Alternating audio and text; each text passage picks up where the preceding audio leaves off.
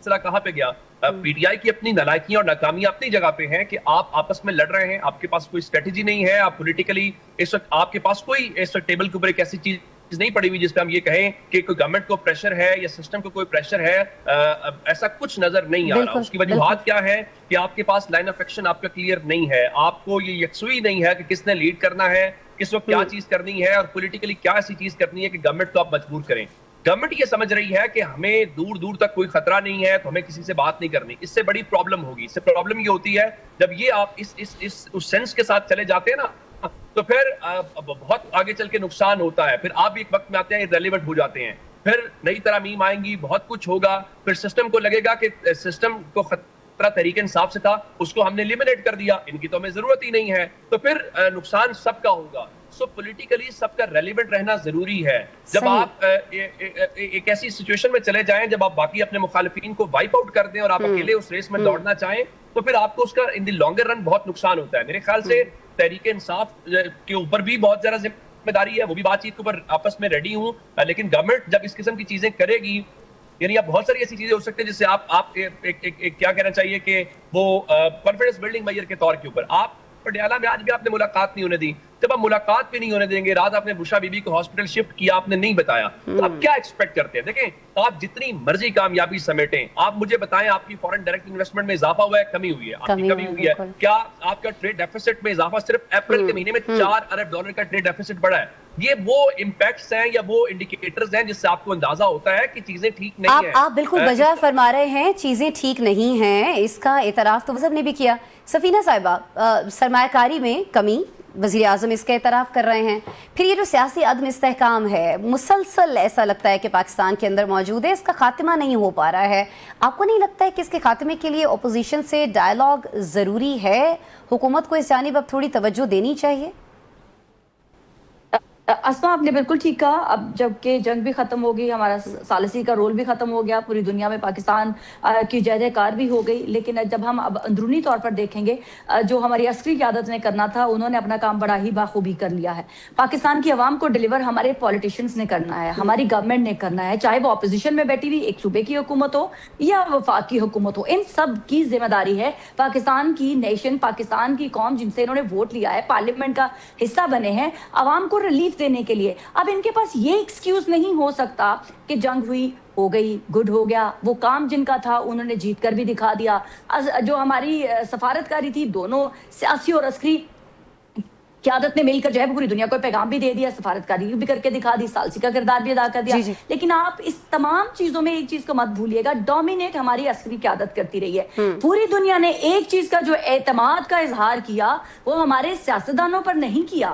ٹھیک ہے, تو سفینہ صاحبہ اسی بے اعتمادی کا, چلیں بے اعتمادی کا لفظ تو نہیں استعمال کرنا چاہیے, لیکن پی ٹی آئی کی طرف سے بے اعتمادی ہے سیاسی جماعت کے اوپر. وہ سیاسی جماعت سے بات نہیں کرنا چاہتے ہیں, وی آل نو کہ وہ بھی عسکری قیادت ہی سے بات کرنا چاہتے ہیں. سفینہ صاحبہ اسما ایک بات آپ یاد رکھیں کہ جو ہماری اپوزیشن جو تحریک انصاف ہے, ان کو بھی یہ سمجھ لینا چاہیے کہ ان کی سیاست جو ہے وہ دو شخصیات کے ارد گرد نہیں گھوم رہی ہے. اور ہماری عسکری قیادت نے تو بڑی ہی کلیئرلی یہ پوائنٹ ریز کر چکے ہوئے ہیں کہ ہمارا سیاست سے کوئی لینا دینا نہیں ہے. اگر آپ کی کوئی بھی پوائنٹ ہے, کوئی بھی آپ کے ریزرویشنز ہیں, تو آپ وزیر اعظم سے ملیں, سیاستدانوں سے ملیں. ان کو تو موقع دیا بھی تھا کہ آپ حکومت کا حصہ بن جائیں, انہوں نے خود پک کیا تھا کہ ہم نے حکومت نہیں کرنی ہے, ہم نے حکومت کا حصہ ہی نہیں بننا ہے. تو اب عمران خان یا ان کی پولیٹیکل پارٹی اس چیز سے بری زمان نہیں ہو سکتی کہ اگر پاکستان کے اندر مہنگائی ہے تو اس کو چیک کس نے کرنا تھا؟ اپوزیشن نے. آپ اپنا اپوزیشن میں بیٹھ کر جو ہے وہ اڈیالہ جیل کے باہر آپ نے ایک ٹھیلا لگایا ہوتا ہے, وہاں پر جاتے ہیں, اپنا ٹک ٹاک بناتے ہیں اور گھر چلے جاتے ہیں. اگر آپ اس کو اپوزیشن سمجھتے ہیں تو پھر آپ اسمبلیوں سے بائے بائے کریں اور پھر جا کے بیٹھا کریں, تاکہ جنہوں نے آپ کو ووٹ دیے وہ آپ سے سوالیہ نشان نہ ہو, ان کو کوئی پریشانی نہ, ان کو پتا ہو کہ نہ یہ اپوزیشن میں نہ یہ حکومت ہے, ہمیں ان سے کوئی لینا دینا نہیں ہے. آپ کے پاس ایک پورے جی آپ یہ سمجھتی ہیں کہ ان کا صرف ایک ہی ایجنڈا ہے اور وہ خان کی رہائی ہے, یا یوں کہہ لیجئے کہ اب خان تک رسائی ہے؟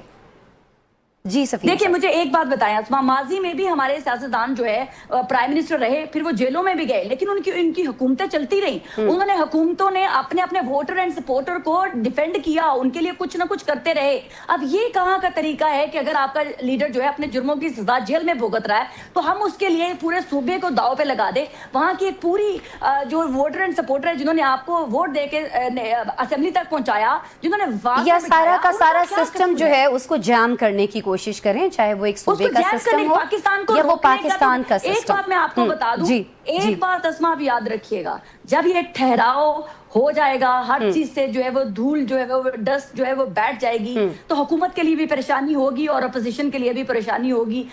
وہ یہ میں آپ کو ضرور بتا سکتی ہوں، کیونکہ اس کا مطلب یہ نہیں ہے کہ اگر ہم نے جنگ جیت لی، اس کا مطلب یہ نہیں ہے کہ اگر ہم نے ثالثی کا کردار ادا کر لیا تو سیاستدانوں کو کوئی ایزی ٹارگٹ مل گیا کہ اب ہم 5 سال پورے آرام سے کر سکتے ہیں. آپ کو ڈیلیور کرنا ہوگا. ڈیلیور کرنا ہوگا، آپ بالکل بجا فرما رہی ہیں، اور جہاں آپ نے ڈیلیور کرنا ہے وہاں آپ نے کچھ وعدے بھی پورے کرنے ہیں. علی فرقان صاحب، وزیر اعظم نے اسی سال کہا تھا کہ وہ اپوزیشن سے مل رہے ہوں گے، ملاقات کر رہے ہوں گے، ابھی تک وہ ملاقات ہو نہیں پائی. میرے خیال میں ایک حکومت تو جو ہے بہت ساری موقعوں پہ یہ پیشکش کرتی رہی ہے، سیاسی مسالت کے لیے دعوت بھی دی جاتی رہی ہے، لیکن زیادہ میرے خیال میں معاملہ جو ہے وہ جو نقطہ بھی آپ نے اٹھایا وہ وہی ہے کہ پی ٹی آئی اور عمران خان کا وہ بیان کہ ہم نے بات چیت جو ہے وہ صرف فوج سے کرنی ہے. یہ میرے خیال میں جب تک پی ٹی آئی اس اپنی سوچ سے باہر نہیں نکلے گی واضح طور پہ، اگرچہ حکومت کے ساتھ پی ٹی آئی نے مختلف مواقعوں پہ بات چیت کی، کچھ مفاہمت ہوئی، لیکن وہ ایک آدھ نقطے کے اوپر، ایک ایجنڈے پہ کوئی مجموعی طور پہ ملک کے اندر سیاسی استحکام لانے کے لیے کوئی جامع قسم کی بات چیت کا آغاز نہیں ہو سکا. یہ ایک یقیناً بڑا سوال ہے. لیکن وہی بات کہ پی ٹی آئی کو میرے خیال میں کچھ اپنے اندر کچھ کلیئرٹی لے کے آنی ہوگی. ابھی تک آپ دیکھیے محمود اچکزئی حزب اختلاف کے سربراہ ہیں، لیکن وہ پورا اعتماد نہیں رکھتے ہیں. ایسا لگتا ہے کہ انہیں شاید پی ٹی آئی کے اوپر پوری طرح اعتماد نہیں ہے، یا پی ٹی آئی نے انہیں، بہت سارے لوگوں کو ان کے اوپر اعتماد نہیں ہے. تو یہ جب تک نہیں ہوگا دور، اس وقت تک محمود اچکزئی جو ہے وہ حکومت کے ساتھ اس طریقے سے بات چیت کو انیشیٹ نہیں کر سکیں گے. حکومت آج کے دور میں یقیناً جس طریقے سے دونوں نے فرمایا ہے کہ آج شاید حکومت یہ سمجھ رہی ہے کہ ہمیں ضرورت نہیں ہے، لیکن یہ زیادہ دیر تک تو نہیں رہے گا. ملک کے مسائل جو ہیں وہ اس وقت تک حل نہیں ہوں گے جب تک سیاسی استحکام نہیں ہوگا. ملک کے مسائل اپنی جگہ موجود ہیں، باوجود اس کے کس وقت خطے کے مسائل کی طرف ہم جا رہے ہیں. میں یہ جو سوال ہے عوام کے ذہنوں میں سفینہ صاحبہ کی طرف بھی جاؤں گی اس پر، کہ جب خارجی محاذ سے بھی جس طرح سے ہم بہت زیادہ متحرک تھے، اس سے ہم تقریباً فری ہو چکے ہیں، تو اس کے بعد ہم رخ کر رہے ہوں گے کچھ ملکی معاملات کو سدھارنے کے لیے. دیکھیے ایک واقعہ بھی آپ کی سیاست میں بھوچال لے کے آ جاتا ہے. یہ کوئی ایسی چیز نہیں ہے. دیکھیں آپ کے ملک کے مسائل، یہ تمام لوگ میرے حال میں یہی کہہ رہے ہیں، باقی دونوں صاحبان نے بھی یہی فرمایا کہ ملک کے اندر مسائل جو ہیں وہ اپنی جگہ بدستور قائم ہے. عوام کو ریلیف نہیں ملا ہے. آپ کی اندر ملک کے اندر معیشت کے حال کوئی اچھے نہیں ہیں. آپ بجلی کے بل آپ کے بڑھ رہے ہیں، آپ پیٹرول کی قیمتیں بڑھ، تو یہ عوام جو ہے وہ کب تک برداشت کریں گے؟ اور یہ پریشر ہے اس کا حکومت پر، آپ کو لگتا ہے؟ اور یہ پریشر لیتے ہوئے وہ جائیں گے پی ٹی آئی کی طرف مذاکرات کے لیے، بس میں ہاں یا نہ میں؟ یقینی طور پہ میرے خیال میں زیادہ دیر اس کو نظر انداز نہیں کر سکتی حکومت جتنا بھی چاہے اس کو زیادہ دیر نظر انداز. سفینہ صاحبہ نے بھی یہ گفتگو فرمائی کہ زیادہ دیر تک اس کو نظر انداز کیا جا سکتا ہے. جب دست تھوڑی چھٹ رہی ہوگی تو بہت سارے معاملات پر حکومت کو سوچنا ہوگا. سفینہ صاحبہ موجود ہیں ہمارے ساتھ، علی فرقان صاحب تشریف رکھے ہوئے ہیں، عمر دراز صاحبہ میں جوائن کیے ہوئے تھے، اگلی سیگمنٹ میں ہمارے ساتھ نہیں ہوں گے. عمر دراز صاحب آپ نے وقت نکالا میرے پروگرام کے لیے، آپ کا بہت شکریہ. دو شخصیات ہمارے ساتھ ہیں، ایک اور بڑا اہم موضوع جو ہمیں آپ سے ڈسکس کرنا ہے ایک مختصر سے بریک کے بعد.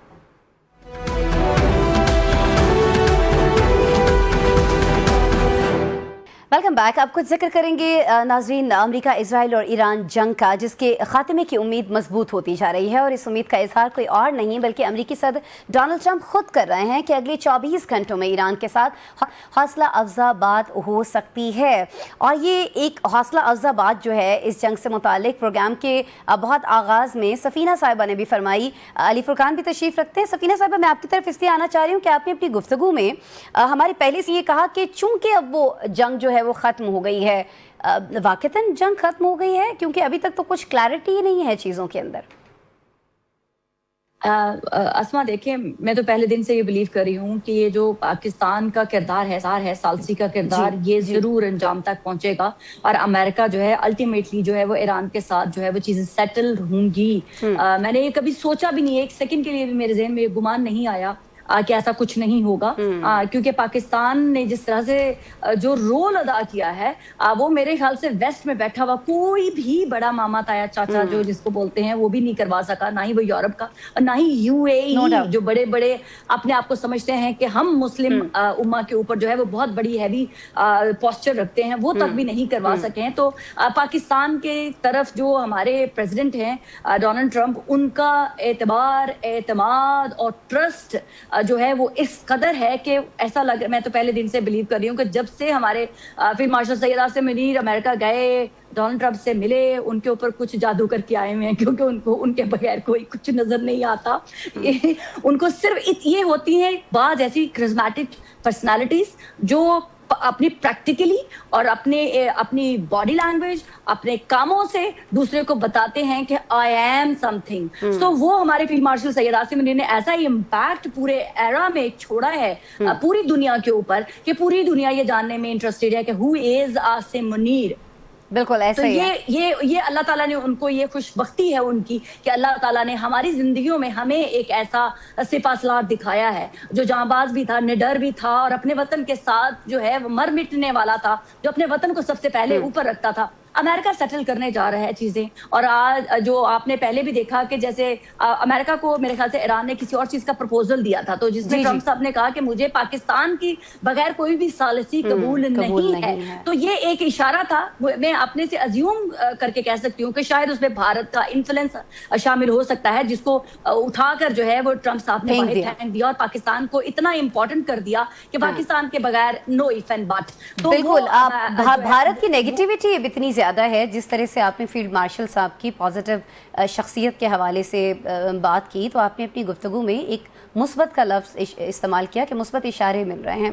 میں آپ کی اجازت سے علی فرقان صاحب کی طرف اب جا رہی ہوں اسی مثبت اشارے کے آپ کے لفظ کو لے کر۔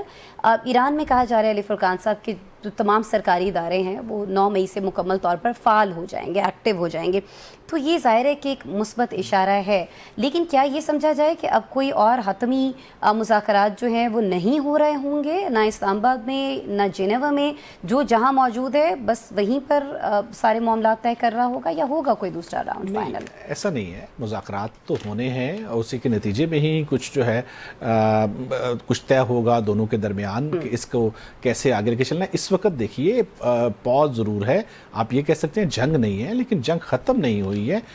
دونوں فوجیں جو ہیں وہ موجود ہیں ریجن میں، ایک دوسرے کے آمنے سامنے بھی ہیں سمندر میں، تو اس لیے اس کو یہ نہیں کہا جا سکتا کہ جنگ ختم ہو گئی ہے۔ ہاں، پریکٹیکل جنگ بالکل ختم ہو گئی ہے۔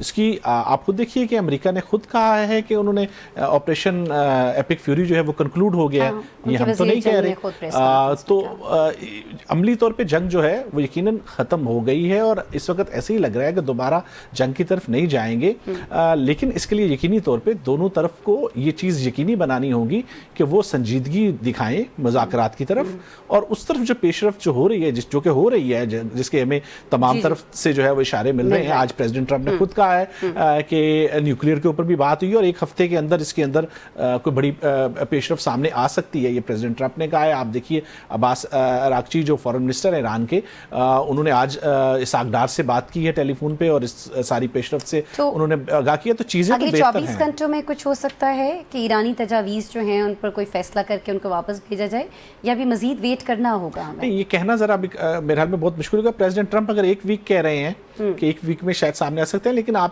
ایک ویک اس لیے دیکھیں کہ پریزیڈنٹ ٹرمپ نے جانا ہے بیجنگ 16 کو، جو بہت اہم ہے، اور اس سے پہلے اس وزٹ سے پہلے کچھ توقع نہیں کرنی چاہیے؟ توقع ہو سکتی ہے، میں یہ سمجھتا ہوں کہ کچھ نہ کچھ ہو سکتی ہے، لیکن ضروری نہیں ہے۔ ایک ویک اگر پریزیڈنٹ ٹرمپ کہہ رہے ہیں تو یقیناً انہوں نے کچھ نہ کچھ کیلکولیٹ کیا ہوگا۔ ایران کی طرف سے جو جواب ان کو گیا ہے، جو کہ جواب الجواب ہے، شاید وہ کچھ ان کو پریزیڈنٹ ٹرمپ نے دیکھ کے ہی یہ بات کی ہے، اور وہ انہیں لگا ہے کہ یہ اس کی قابل عمل ہے، اسی لیے انہوں نے ایک ویک کی بات کی۔ ہاں، لیٹس سی کہ وزٹ سے پہلے کچھ اچھی خبریں آ جاتی ہیں یا وزٹ کے بعد تک ہمیں ویٹ کرنا ہوگا۔ بہت شکریہ علی فرقان صاحب، آپ ہمارے ساتھ موجود تھے۔